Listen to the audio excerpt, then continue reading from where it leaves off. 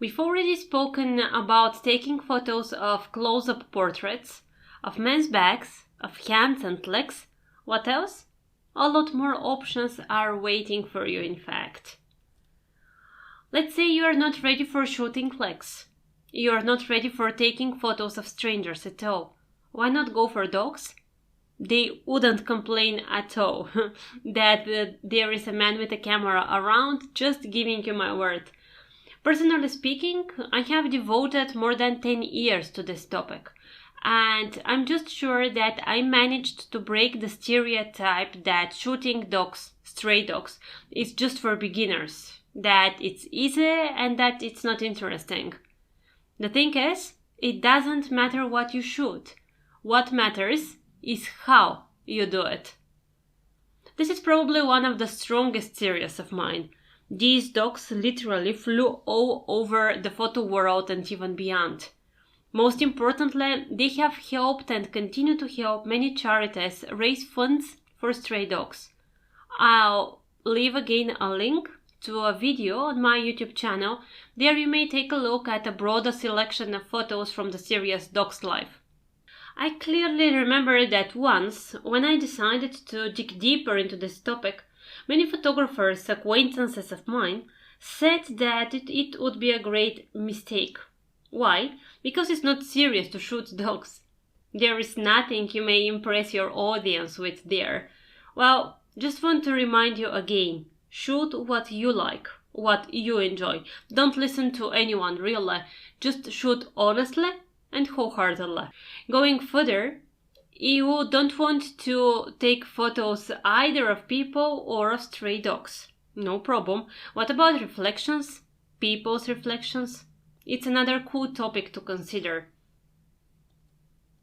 Here comes another idea how you may shoot people.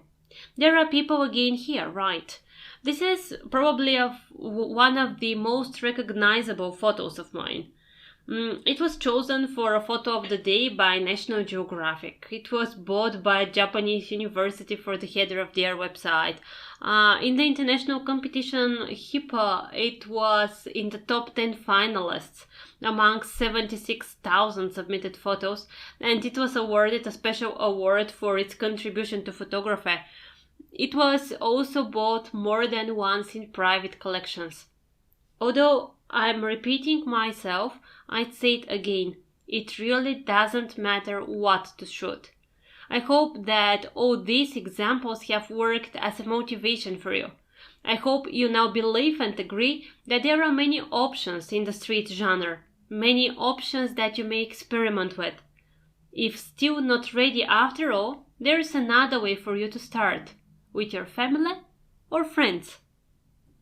Well, just in case, this is not exactly what I mean. Yes, a cute photo for the family archive or the grandparents. You can send it to some friends and that's all. Do agree, these are important images, but this is not photography. Not photography in the context we speak about it, in the context of our experiment. Well, this is quite a different story, quite closer to our aim. A moment, composition, a story. Or this one. Only the one who has never taken photos of a child would ask me why. Would probably not understand what I mean, that this is street and that would help you doing street after that. Actually, one of the most difficult genres is children photography, along with animal photography. Both children and animals are simply unpredictable, that's why.